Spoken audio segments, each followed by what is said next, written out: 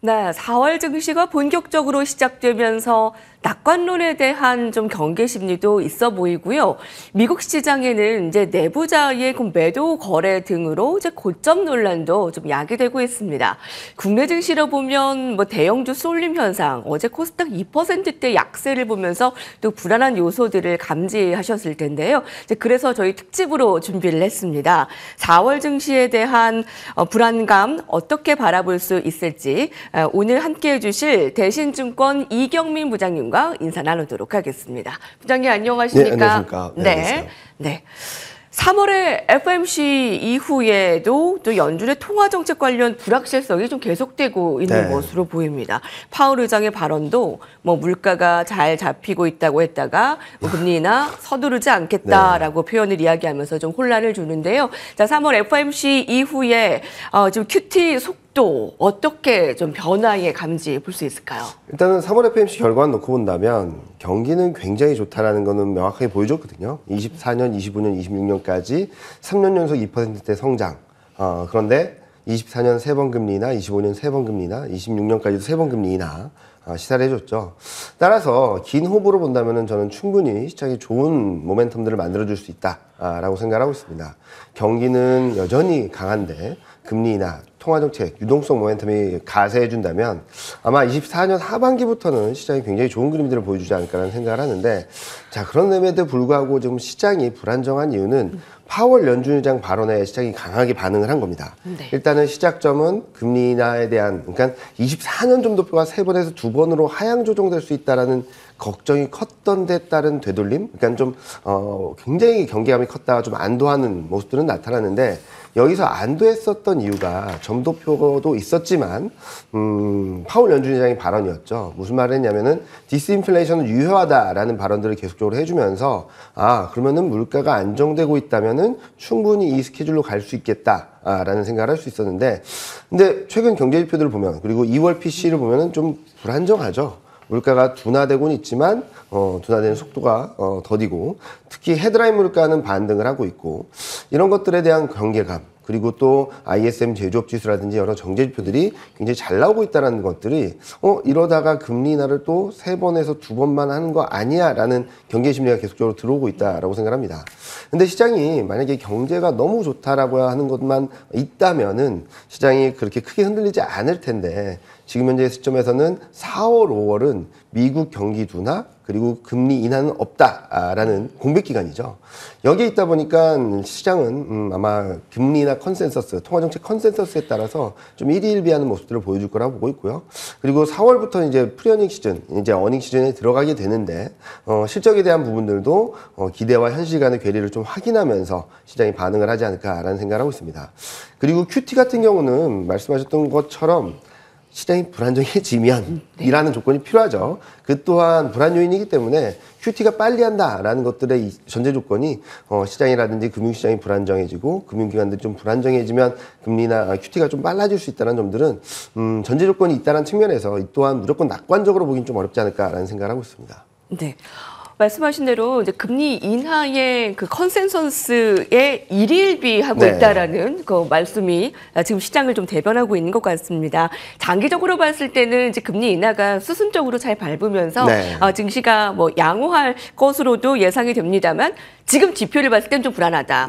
네. PCE 물가 지표를 봤을 때 물가가 2%대로 가는 속도가 조금 느린 것도 같고요. 맞습니다. 근데 엊그제 나온 제조업 지표를 봤을 때 경기가 예상보다 좀 확산 나오면서 이게 참 고에 걸면 코걸이, 입에 걸면 입걸이 이건 아니지만 그러면 금리 인하의 또 속도가 더 늦어지는 건 아니냐. 6월에 금리 인하의 확률이 조금 적어졌던데요? 일단은 지금 컨센서스 자체는 계속적으로 흔들릴 수밖에 없다라고 생각하고 있습니다. 그런데 파월 연준 의장의 발언들을 보면은 지금 현재 시점에서는 통화정책 정상화라는 측면에서의 금리 인하가 충분히 가능하다고 생각하고 있고요. 따라서 대신증권에서는 6월, 9월, 12월 3번 금리 인하 가능성을 여전히 열어놓고 있다라는 말씀을 드리겠죠. 그러니까 6월 달에 한다 안 한다의 문제보다는 지금 경제지표, 물가지표 하나하나에 시장이 굉장히 예민하게 반응을 하고 있고, 그에 따라서 10년물 국채금리가 굉장히 상단까지 4.35%까지 올라오는 그림이라서 지금 시점에서는 시장을 낙관하기 좀 어렵지 않을까. 작은 변화에도 시장이 출렁이는 모습들을 보여주지 않을까 하는 생각을 하고 있는데, 다만 이번 주말 이번 주말이죠. 이번 주말 고용 지표는 한번 봐야 될 것 같습니다. 왜냐면은 임금 상승률이 계속적으로 둔화되는 4.1%까지 둔화되는 그림이 나오게 된다면 일시적으로는 안도감이 들어올 수 있다라고 보고 있는데, 또 다음 주에는 또 물가 CPI가 발표되거든요. 이런 여러 가지 고비 때마다 어떤 결과가 나오는지, 그 결과에 따라서 시장 금리, 그러니까 통화정책 컨센서스가 어떻게 변하는지를 계속적으로 체크하는 방법이 좀 필요하다라고 생각하고 있습니다. 네. 부장님, 매크로 지표가 굉장히 중요해 보이네요. 네, 이제 계속 좀 쏟아져 나오는 지표들 예의주시해야 될 것 같습니다. 자, PCE에 이어 그제 PMI, 그다음에 이제 고용 지표와 다음 주에 CPI까지 좀 지표들 살펴봐야 되겠습니다. 자, 이런 지표에 크게 일희일비하면서 10년물 국채 금리가 4개월 내 최고치를 나타냈습니다. 여기에 유가가 뭐 90달러를 넘어선다면 국제금리가 더 올라갈 수 있다라는 또 심리도 불안하게 만드는데요. 강달러로 인한 물가 불안 좀 계속되고 있고, 원달러 환율이 장중 1,350원을 돌파하면서 또 그 부분도 체크가 되고 있습니다.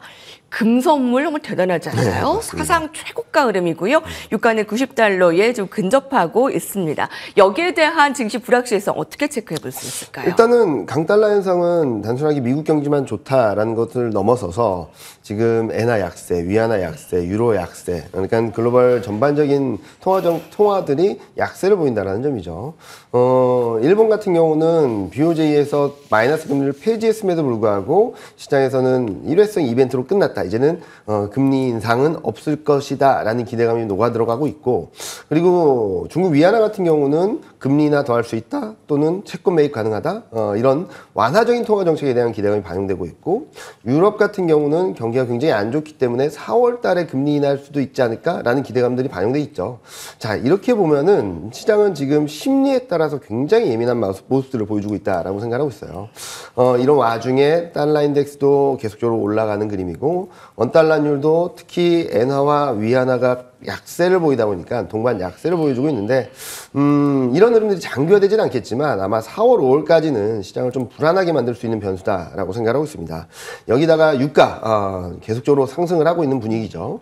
그런데 지금 현재 시점에서 유가가 90달러를 넘긴 좀 어렵다라고 생각하는데, 더 올라간다고 한다면 이 또한 물가 상방에 대한 걱정들을 더 쌓게 만드는 부분이라고 생각하고 있습니다. 다만 여기서 유가가 올라간다라고 해서 다시금 CPI가 급등을 하는 모습을 보여주긴 좀 어렵다라고 생각하고 있는데, 기저효과에 의해서 유가가 어느 정도 레벨업 된다 하더라도 전년 대비 변화율이 뭐 이전처럼 뭐 40%, 60% 이렇게 가는 그림은 나오지 않습니다. 지금 현재 시점에서는 물가 안정은 여전히 유효한 가운데 유가로 인해서 굉장히 등락이 좀 반복되는, 특히 헤드라인 물가가 변동성이 커지는 구간 정도로 보고 있는데, 여기에 따라서도 시장은 좀 흔들릴 수밖에 없겠죠. 심리가 흔들리니까. 그러니까 지금은 뭐 경제지표도 아까 말씀해 주신 것처럼 경제지표를 하나하나 체크해야 되는 반면에 이거를 어떻게 시장이 바라보는지가 더 중요한 시점이 아닌가라는 생각을 합니다. 아마 1년 넘게 이런 장세가 반복되고 있다고 생각하는데, 금리 인하에 대한 부분들이 아직까지 시행되지 않고 있다 보니까 그 컨센서스, 금리 인하 컨센서스에 따라서 시장이 굉장히 예민하게 반응하고 있다라고 말씀드릴 수 있겠고요. 현재로서는 유가가 더 급등한다고 하더라도 물가를, 특히 코어 물가를 끌어올리는 힘은 아직까지는 약하다. 그리고 강달러 현상들은 당분간 시장을 괴롭히는 변수가 될 수 있겠지만, 하반기로 가게 된다면 달러 강세는 좀 진정되지 않을까라는 예상을 하고 있습니다. 예. 그 물가 안정이 이제 등락이 있을 수는 있겠지만 잡혀가는 걸 수순을 바라보게 될 것이다 라는 의견을 주신 것 같아요. 일단은 유가는 CPI, PC, 그러니까 헤드라인 물가에만 반영이 되고요. 코어 물가에는 유가가 빠지게 되겠죠. 그렇기 때문에 유가가 오름으로 인해서 다른 쪽 서비스 물가가 끌어올리는 데까지 시차가 존재하는데, 거기까지 이어지기에는 단기간에 그런 변화는 있지 않을 거라고 생각하고 있고, 파월 연준의장이 말했듯이 지금 코어 물가가 내려오는 데 있어서 핵심은 주거비입니다. 주거비는 아마 올해 7월 달까지는 둔화되는 흐름들을 보여줄 수 있어서 헤드라인 물가는 등락은 있겠지만 코어 물가가 떨어지는 그림들은 좀 유효하다. 다만 여기서 주거비 물가는 떨어지는데 또 하나의 변수, 더 걱정을 해야 될 거는 운송 서비스 물가거든요. 최근 운임료나 이런 것들이 많이 올라오고 있는 상황들에서 운송 서비스가 코어 물가에 들어간다. 서비스 물가에 들어가고 이게 주거비 물가 둔화를 상쇄시켜준다면 저는 이게 좀 더 리스키한, 좀 위험한 요인이다라고 보고 있어서 핵심은 주거비 물가 그리고 운송 서비스 물가 이 두 가지를 좀 포인트로 놓고 보시면 좋지 않을까 생각하고 있습니다. 네. 자, 유가보다 또 아주 중요하게 좀 봐야 될 게 이제 주거비와 좀 운송 서비스 부분이겠네요. 이제 코어 물가에 잡히기 때문에 이 부분도 좀 체크하셔야 될 것 같습니다. 조금 이제 국내로 넘어와서 이제 수출의 분위기가 참 다행입니다. 자, 3월에 수출이 작년보다 3.1% 증가하면서 6개월 연속 수출 플러스를 확인을 했습니다. 자, 여기에 반도체가 21개월 만에 가장 높은 수준을 나타낸 건데 수출 흐름 어떻게 보셨고 우리 시장에 미치는 영향 조금 더 장기적으로 좀 좋게 나왔으면 좋겠는데 분석 어떠세요? 일단은 수출은 계속적으로 플러스 요인들로 이 영향을 미칠 거라고 생각을 하고 있는데 일단은 지금 뭐 어제 증시만 보면 아시겠죠? 너무 쏠려 있다. 쏠려 있다. 네, 반도체, 일부 수출주, IT, 선박. 그리고 어제 급락을 한 자동차, 뭐 2차 전지 이런 쪽들.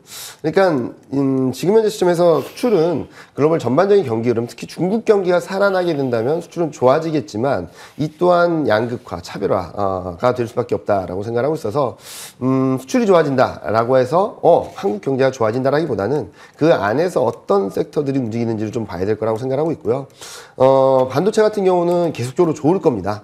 가격 효과 이어서 중국 경기 회복에 맞물리게 된다면 물량이 늘어나는 효과도 아마 하반기에 들어올 테니까 그런 그림들이 나오고 있어서 저는 수출은 충분히 시장에 우호적인 분위기를 만들어줄 수 있는 특히 한국 증시에 좀 플러스 요인이 될 수 있는 변화 흐름이다라고 생각하는데 다만 그냥 숫자만 보지 마시고 산업별로 섹터별로 어떤 흐름이 나오는지 계속적으로 체크해야 될 부분이다라고 생각하고 있습니다. 예.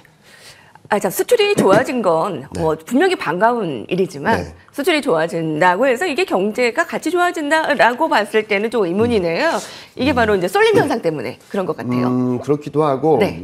반도체 수출이 계속 좋았던 거는 가격 효과가 커요. 그러니까 수출 물량이 그러니까 많이 팔려야 좋은 거 아닙니까? 근데 많이 팔린다기보다는 지금 그림에서 보시는 것처럼 램드와 디램 가격들이 저점 대비 워낙 급등을 하면서 나타난 수출 금액 증가라서 아직까지는 이제 반도체 수요가 좋아지고 글로벌 수요가 좋아진다라는 데까지는 좀 시간이 필요하지 않나라는 생각을 하고 있습니다.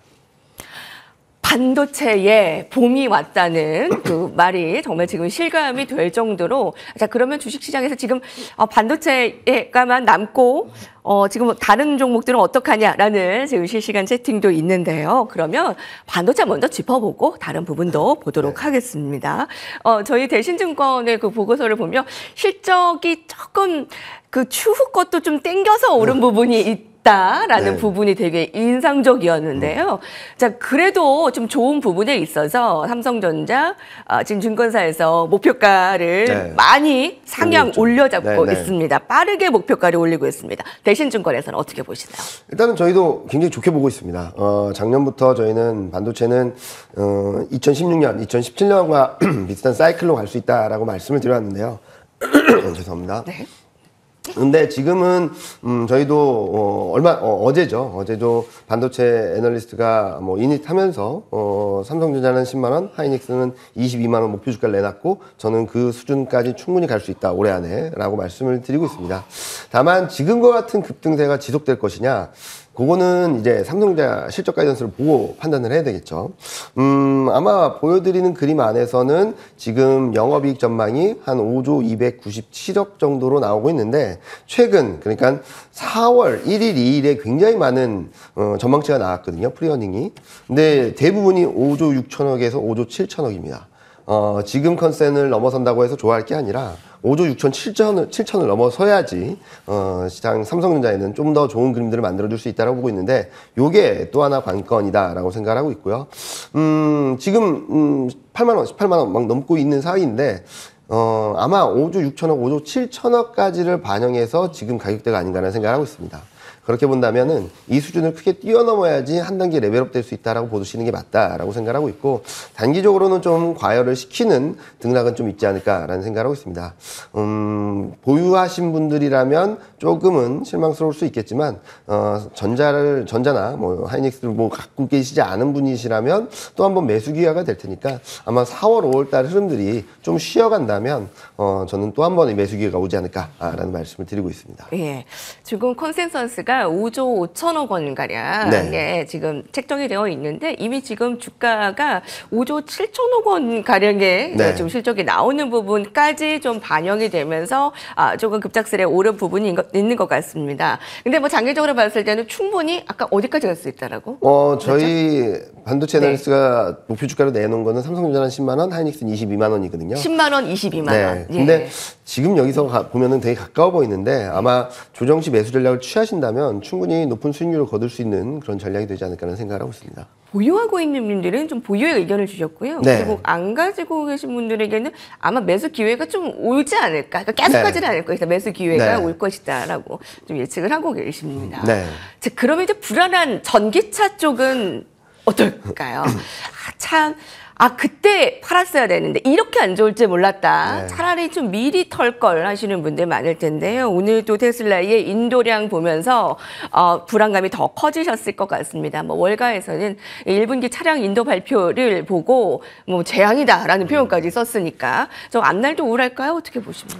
뭐 일단은 경기가 둔화된 사이클에서는 쉽지 않은 상황이다라고 생각할 수 있겠죠. 특히 2분기까지만 본다면은 미국은 경기 둔화 사이클이 올해 3분기, 4분기까지 이어지는데 그 폭은 크지 않습니다.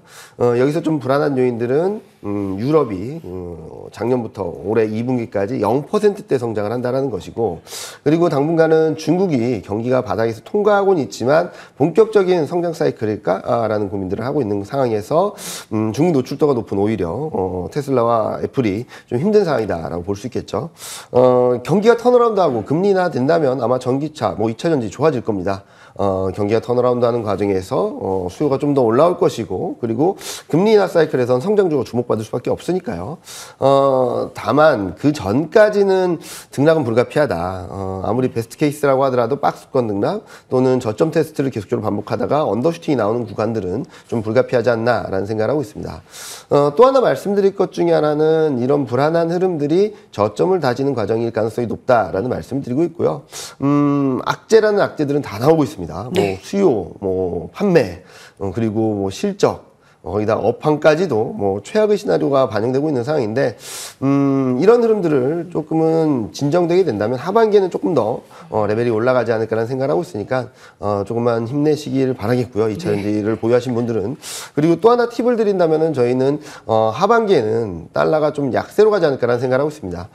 미국 경기 둔화는 3분기, 4분기까지 지속되는 가운데 유럽은 아까 말씀드렸듯이 올해 2분기까지는 0%대 성장이지만 3분기부터는 0.7, 1.4 이런 식으로 1%대 성장으로 전환되거든요. 이렇게 본다면 달러는 약세 흐름을 보여줄 수 있고, 이런 과정에서는 성장주가 주목받고 원자재 가격들도 올라가면서 2차 전지 소재들이 조금은 주목받을 수 있는 환경이 되지 않을까라는 생각하니까 이런 것들을 좀 차별화해서 바라보시면 좋지 않을까라는 말씀을 드리고 있습니다. 네.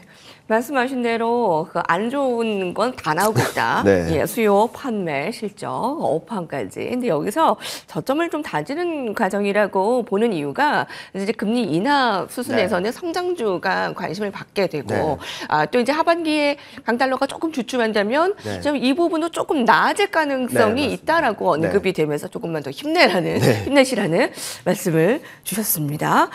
자, 4월에 지금 시작이 미증시는 조금 우울한 편이고요. 국내 증시는 완전 양극화 현상이 나타나고 있습니다. 지금 대신증권에서는 4월의 전망과 코스피 밴드 어떻게 바라보고 계신가요? 코스피 밴드는 2600에서 2820 말씀을 드리고 있고요. 아마 이번 주, 다음 주 지나면서 등락은 있을 겁니다. 이 과정에서 말씀드렸던 삼성전자 실적 가이던스, 그리고 주말에 있을 고용지표 결과에 따라 오버슈팅이 나오면서 2800 돌파 시도도 가능하다라고 생각하는데, 이 흐름들이 지속되기보다는 여러 가지 상황을 봤을 때 조금은 쉬어가는 그림이 나오지 않을까라는 말씀을 드리고 있습니다.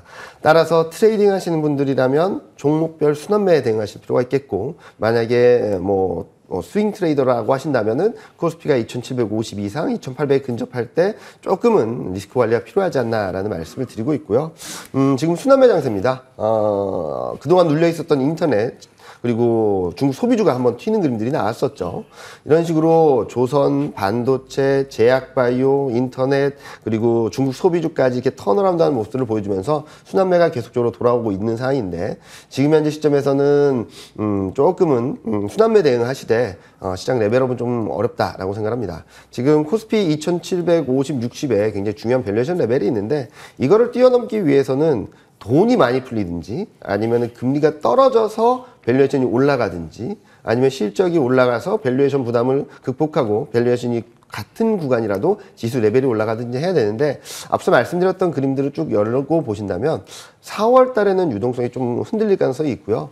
채권금리 이미 불안정한 흐름들을 보여주고 있고 실적 가이던스가 나온 다음에는 아마 실적 피크에 대한 좀 경계감이 있을 것 같습니다. 수출에서 보셨듯이 반도체 일부 IT를 제외하고는 나머지 수출은 그렇게 좋지 않거든요.